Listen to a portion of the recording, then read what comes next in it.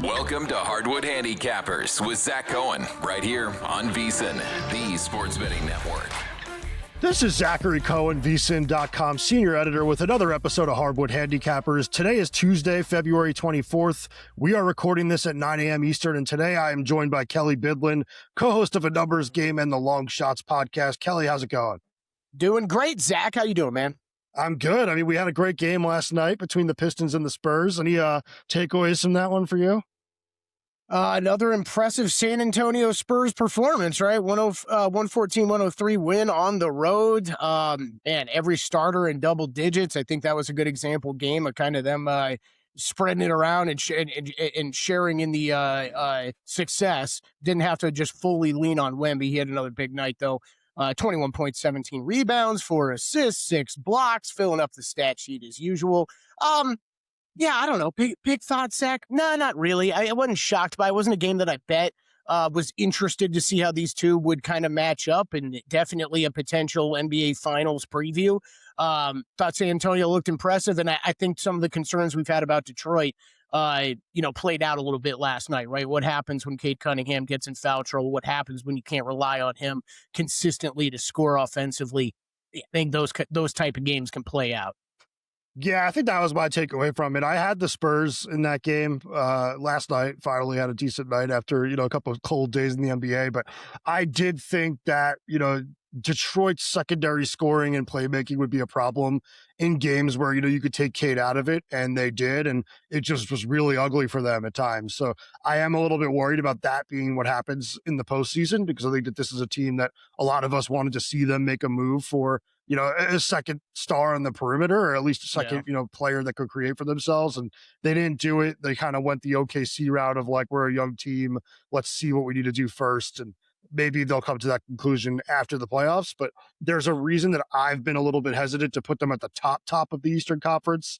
I just have them in that top tier, but I kind of think they're at the bottom of that top tier, which is, I believe, not a common thought.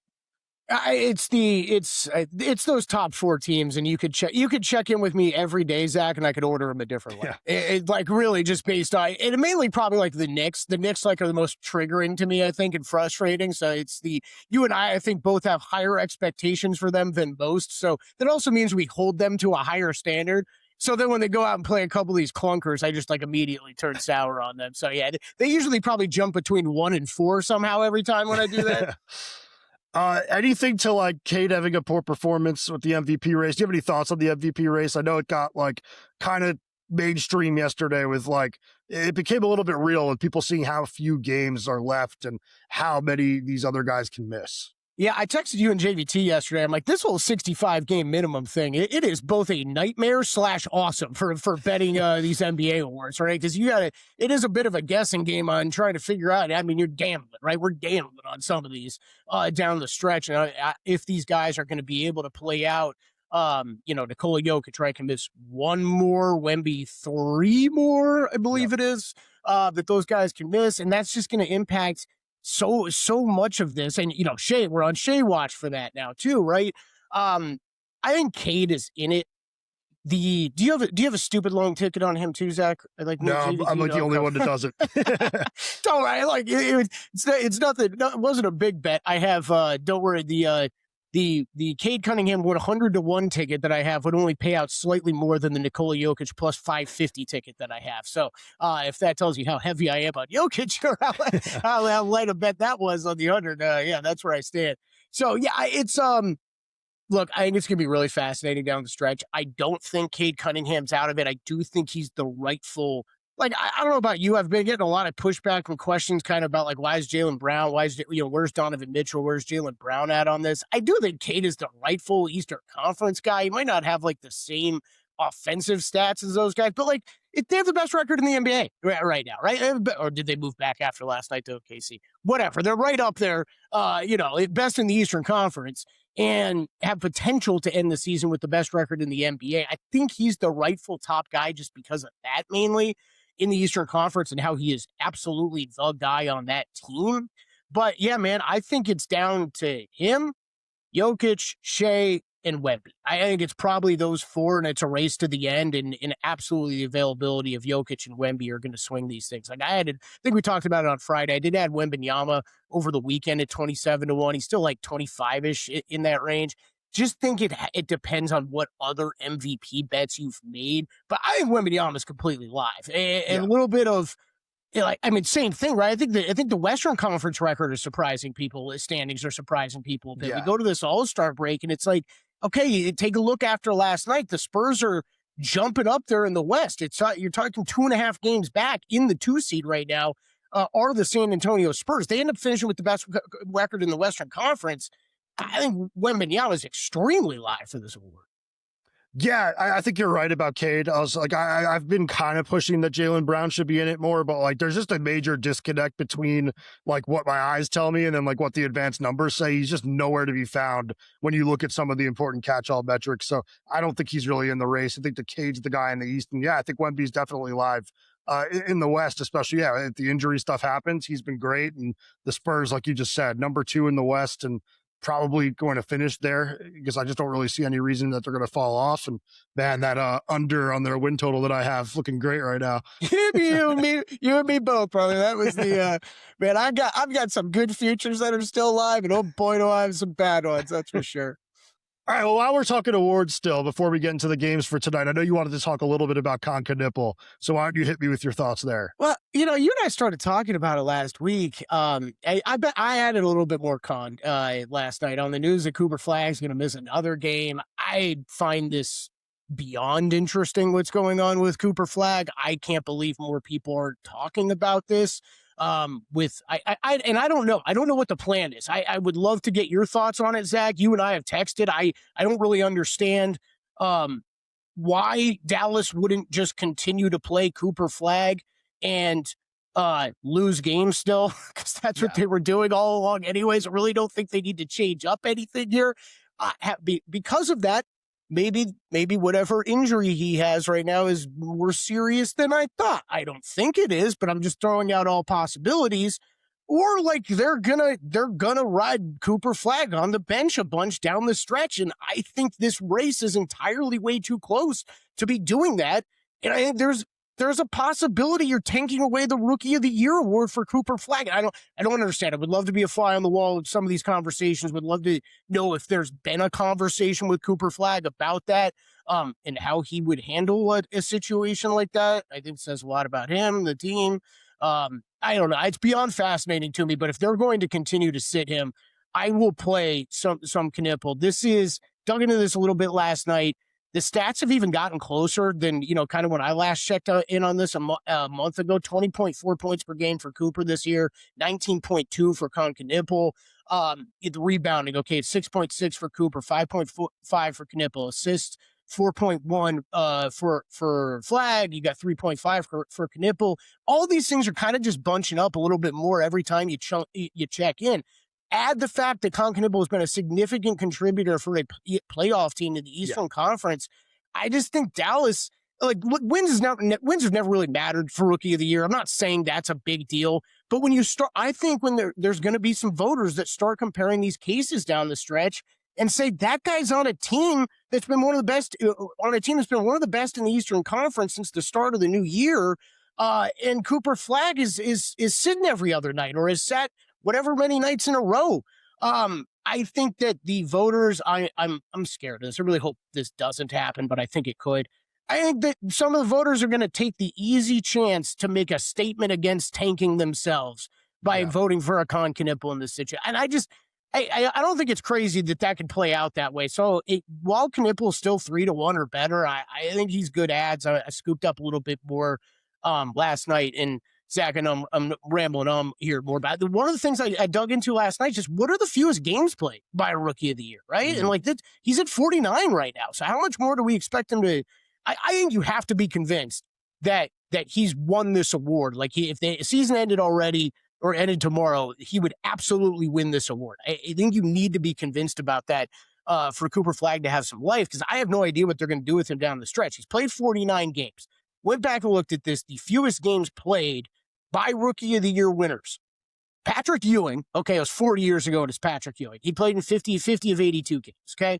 then you're talking about a lot of shortened seasons when you start going to LaMelo, Kyrie, guys like that. The last one I could find in a full season of 82 games, Brandon Roy, and he suited up 57 times. Like, is that the number of games that Cooper Flagg's going to be flirting with? Could be. It could be less even. I don't know. So I don't know. Just something I'm beyond interested in right now is this Rookie of the Year race.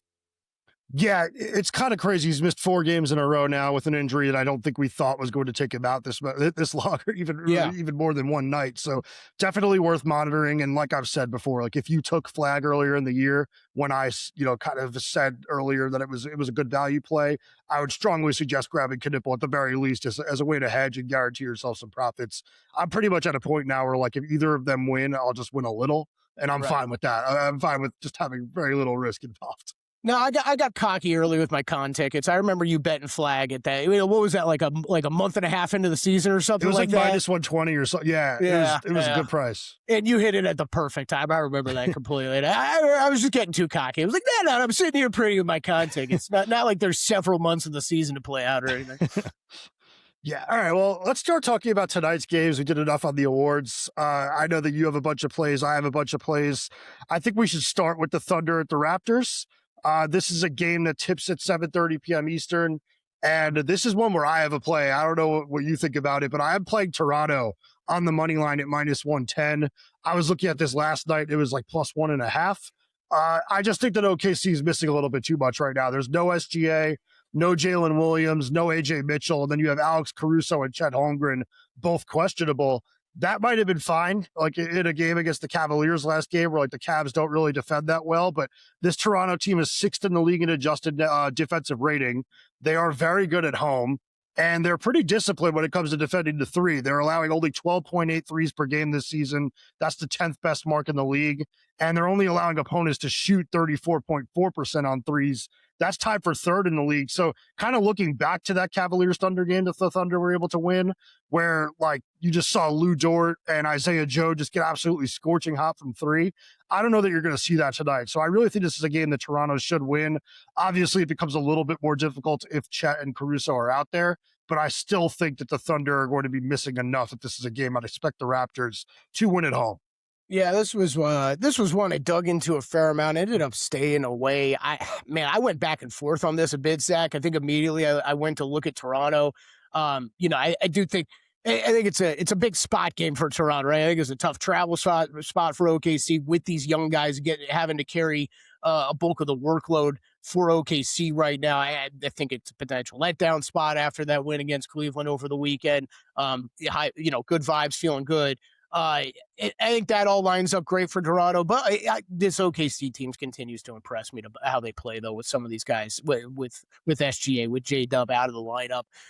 Still impressive. I ended up staying away. Toronto, though, hopefully they close the season strong here. I've got some season win total stuff, and one of them they could lock up tonight, I believe. So that would be that'd be good. I'll be rooting for Toronto on the sidelines. Oh, awesome. All right. Well, hope you catch that tonight. All right. Well, let's move on now to Knicks at Cavaliers. This game tips at 7:30 p.m. Eastern as well. Cleveland is a 4.5 point favorite at DraftKings. Totals 232.5. Did you have any thoughts on this game? Yeah, I couldn't get to it on the number, but it was heavily in Cleveland for me. I think what we saw, them bouncing back from that game in Oklahoma City, this Knicks team, as we talked about already on this podcast, I think you and I have some trust issues with. I do like Cleveland here.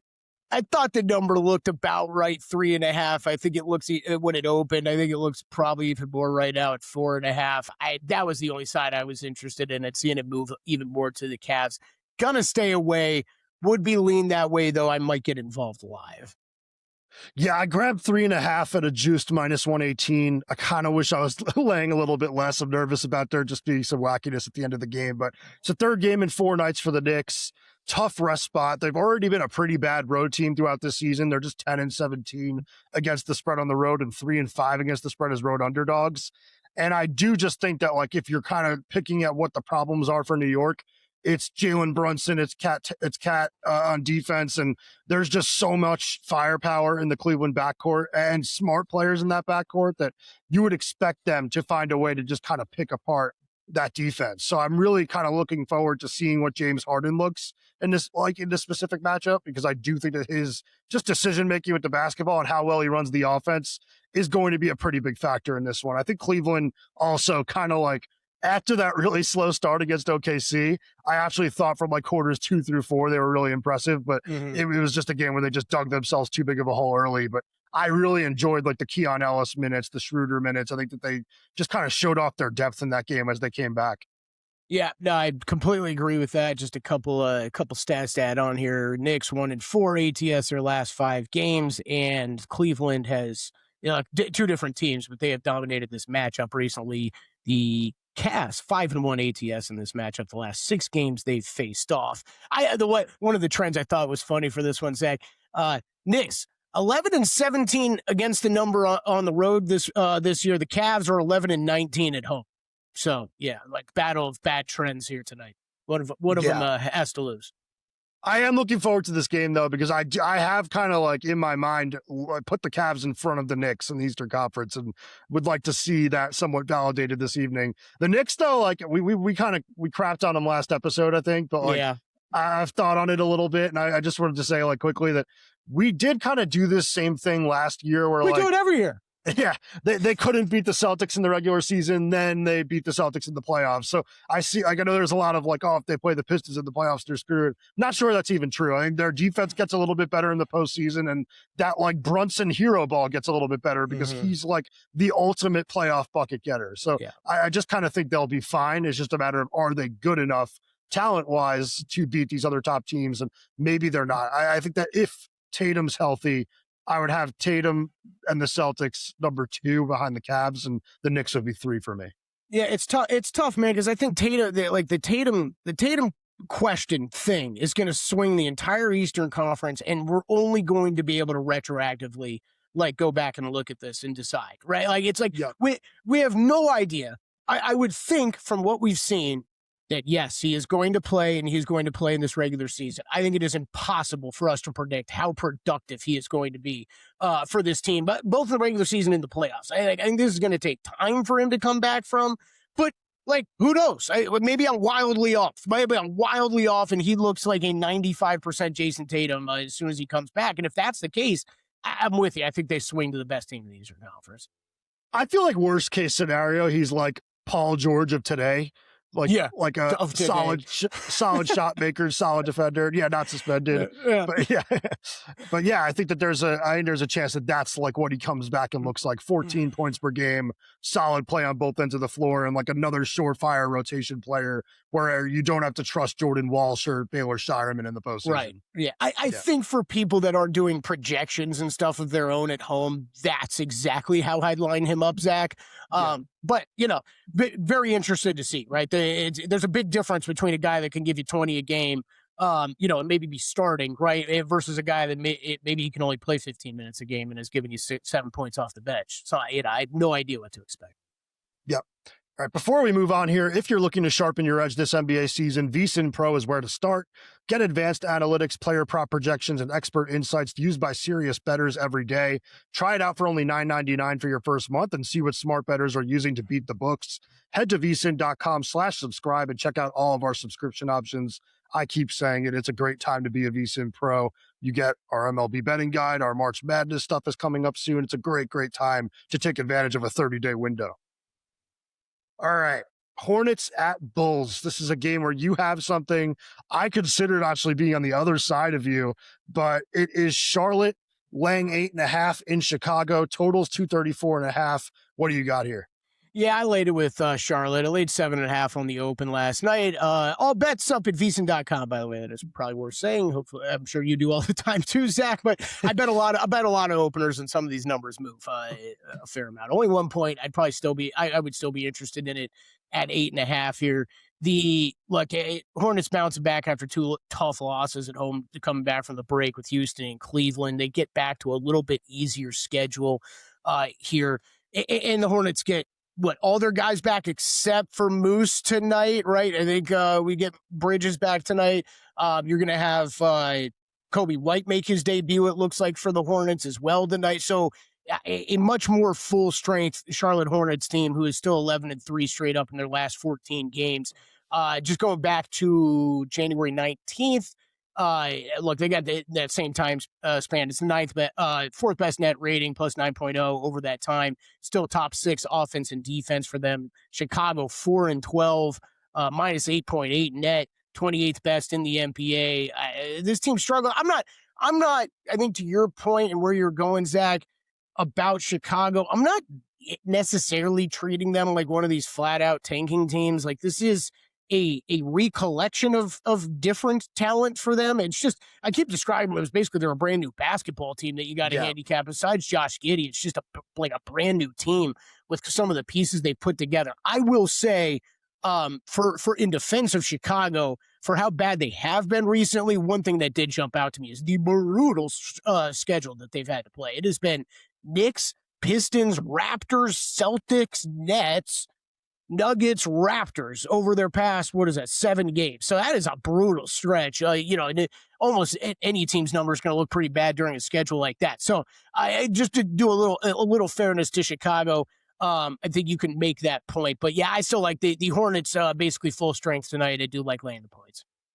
Yeah, I did stay off of it, so hopefully you win. I'm not going to be losing anything here, but I do think the Bulls are, like you said, they're just clearly the best of those 8 teams that I've written about already at VSiN.com that have nothing to play for this season. They are the best of those guys. It's like we've just seen now 2-1 against the spread since I wrote that. Almost beat the Knicks at home the other night, and Donovan's just a good coach that is always going to try to win.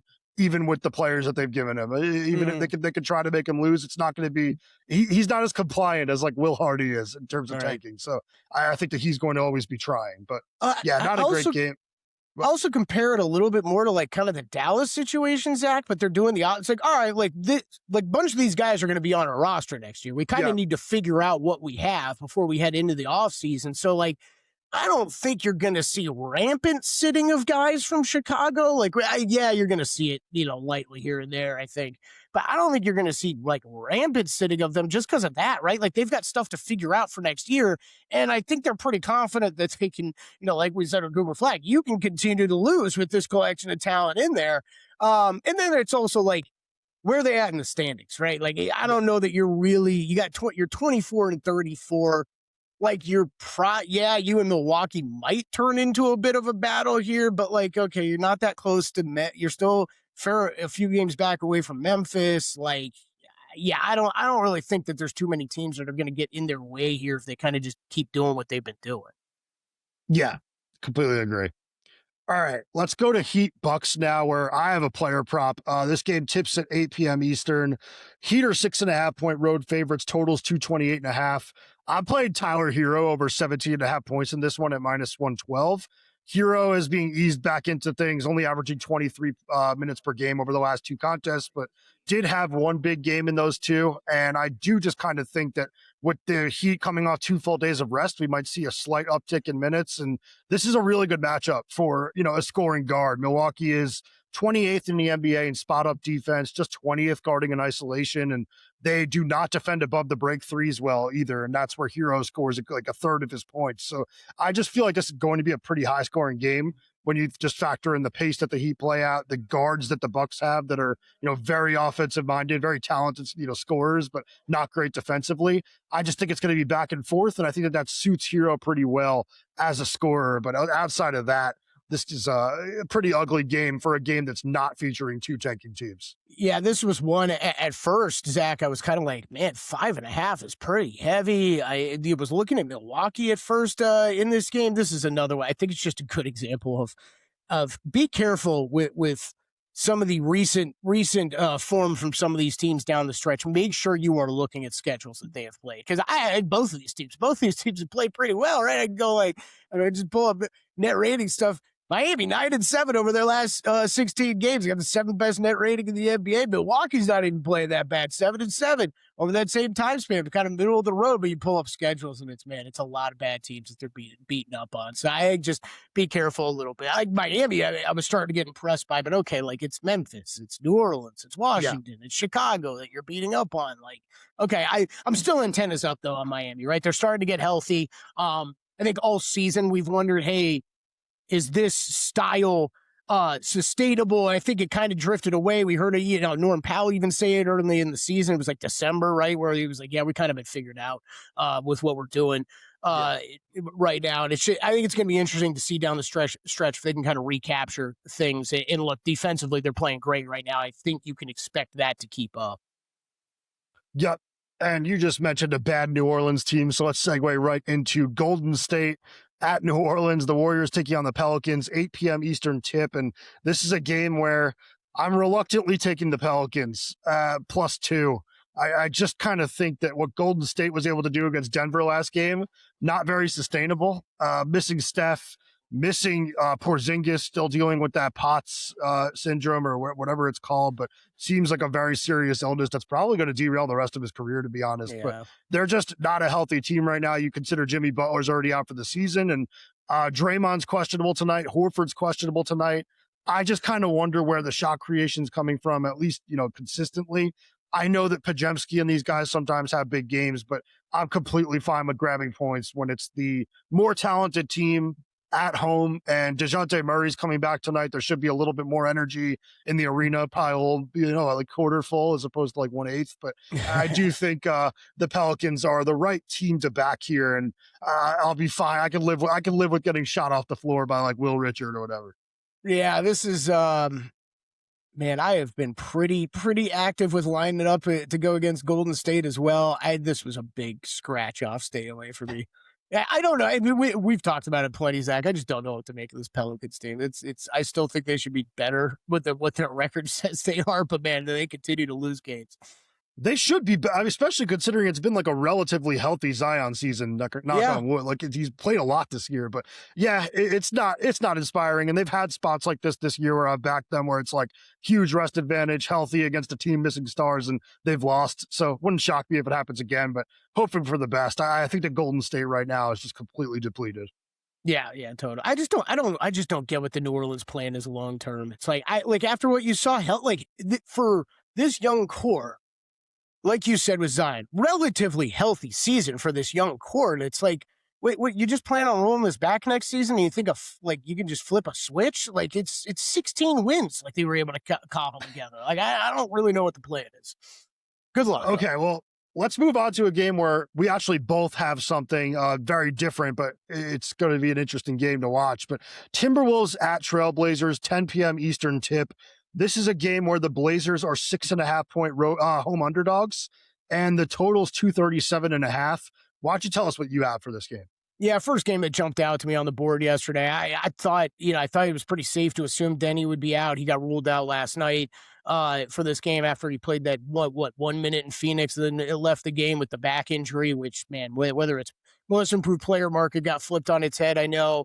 I think this is something to watch down the stretch big time with Denny. With Denny, if you have most improved player bets, if you have win total over bets like I do on the Blazers, this is going to be a major problem, I think, going forward. Shaedon Sharpe, still questionable. I guess that is an upgrade considering he's missed a few games here recently. Something to watch. You and I have also talked about this Minnesota team. Like I speaking of no trust, like they're the Knicks out west, right? But like they just probably even worse to me. They on any given night they can look like the best team in the NBA, or they can lose to any team in the NBA. 8-7 over their last 15 games kind of says that. They only got a 3.2 net rating. That's 10th best in the NBA, so maybe a little sneaky what they're doing. Still 11th best offense and defense during that stretch. Portland's kind of struggling. Right, 6-8 over that same time period, 20th best net rating. Some unimpressive wins too, right? The same thing, schedule. They beat Memphis, Philly, Utah, and Phoenix, who was down guys the other night. Nothing really thrilling there. Minnesota did beat Portland 133-109 just February 11th, so not too long ago. I laid it with Minnesota. When it was 5.5 on the open, man, I just thought it was a little light considering we were pretty sure Denny was going to be out. Don't know about Shaedon Sharpe.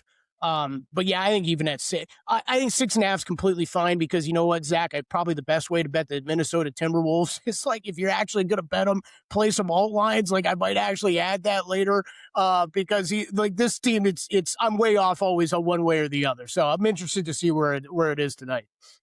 Yeah, I'd say the Timberwolves on the money line are a good parlay team for tonight, too. I'll throw that out there. But I played Donovan Clingan over 2.5 assists at plus 122.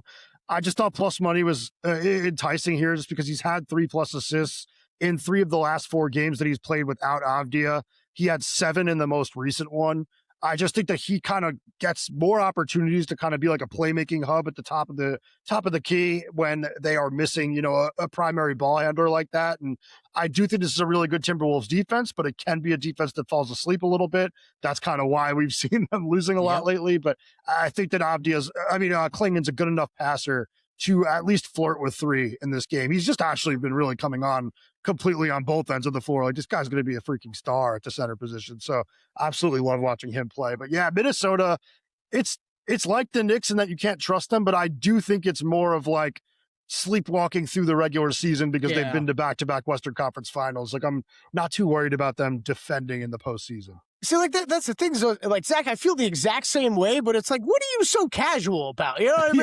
Yeah. I don't know. You still, like, just because you've done it before doesn't mean like OKC and Denver are the easiest things to get to. add on Victor Wembanyama and the Spurs now. Like, I would want to be sharpening what do they call it? Sharpening the steel a bit more here down the stretch. Yeah. It's also like Ant plays hard every night, so it's the other guys taking nights off. I'd be pissed if I were him. So, bro, that video from practice of him just carrying the sled with Rudy Gobert on it was just like, this is the whole season, like in a nutshell. Like, what do I like?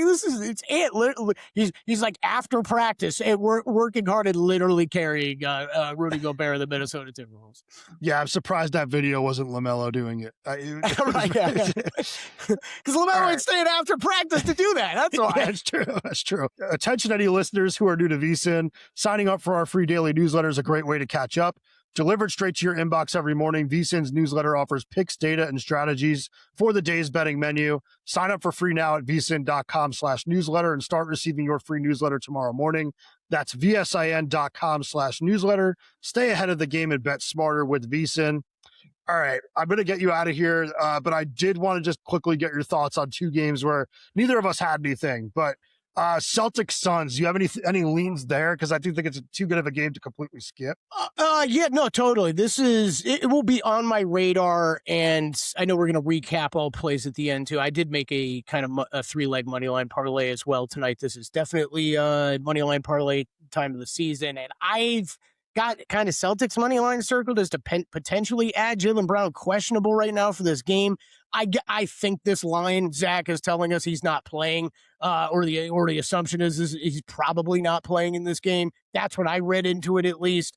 If Jaylen Brown's a go, though, I will be involved with the Boston Celtics up. Man, we were talking about it, off the air, but man, Jordan Odd and how he should still be so live for Coach of the Year. Just, man, the injuries that Phoenix is suffering here down the stretch. I think it's going to be a lot to overcome. Kind of like you mentioned with Oklahoma City. It's just, I look at this Phoenix team and go, man, you guys already surpassed expectations so much. I just don't know how much you can keep asking out of guys like Colin Gillespie, man. It's just, it's been wild, and the Celtics are rolling right now. Yeah, I think if Brown plays Boston as a money line team, makes a lot of sense. It's a 3rd game in 4 nights for the Suns, and it's not like at all. It's a bad 3rd game in 4 nights because they played a double overtime game in there. Like, they're going to be exhausted, and like you just said, Gillespie, it's like this is a guy that's never really had to shoulder a huge load in a season his entire career, and all of a sudden playing like 30 minutes per game. It's late in the year. I think he's going to start to lose his body soon, and yeah, hopefully they get a little bit healthier over these next couple of weeks, but definitely falling apart at the wrong time. Okay, then the last one I wanted to ask you, because I do have a really strong lean on this game. Like Magic at Lakers, 10:30 p.m. Eastern. I'm considering Orlando plus 5.5, but it's not an official play yet. I just don't trust Los Angeles defensively to cover anyone. Yeah. I think the Magic are better defensive team. They're going to be able to kind of slow them down a little, and I think that if Orlando just shoots the ball right, it should be a close one. Yeah, this was one I didn't dig into too much, Zach, because kind of like you said, I was like, initial reaction was, should the Lakers be laying this many points to just about anybody? Like, I feel like we're kind of treating Orlando like a complete scrub when, yes, they've been very disappointing so far this year. I don't think they're one of these like terrible teams in the NBA. So yeah, I look lean first thought and still lean would be to Magic plus the points. I kind of said, you know what, I'm going to wait till tomorrow, see where this game moves. And see if it becomes more interesting to me. It opened like 6.5, though. It's down to like 5.5 mainly. So I don't really think it's going to get more interesting to me, but it would be Magic plus the points, if anything. Would not be laying it with LA. I'm totally with you. Yeah, and I could say you could do something like do what I've done before, like take the alternate plus 10.5 with one of the teams you like on the money line in another game if you want a little bit of extra cushion. But it is an interesting game to end the night, so thought it'd be worth bringing it up. But let's recap our best bet to get you on your way to Gil.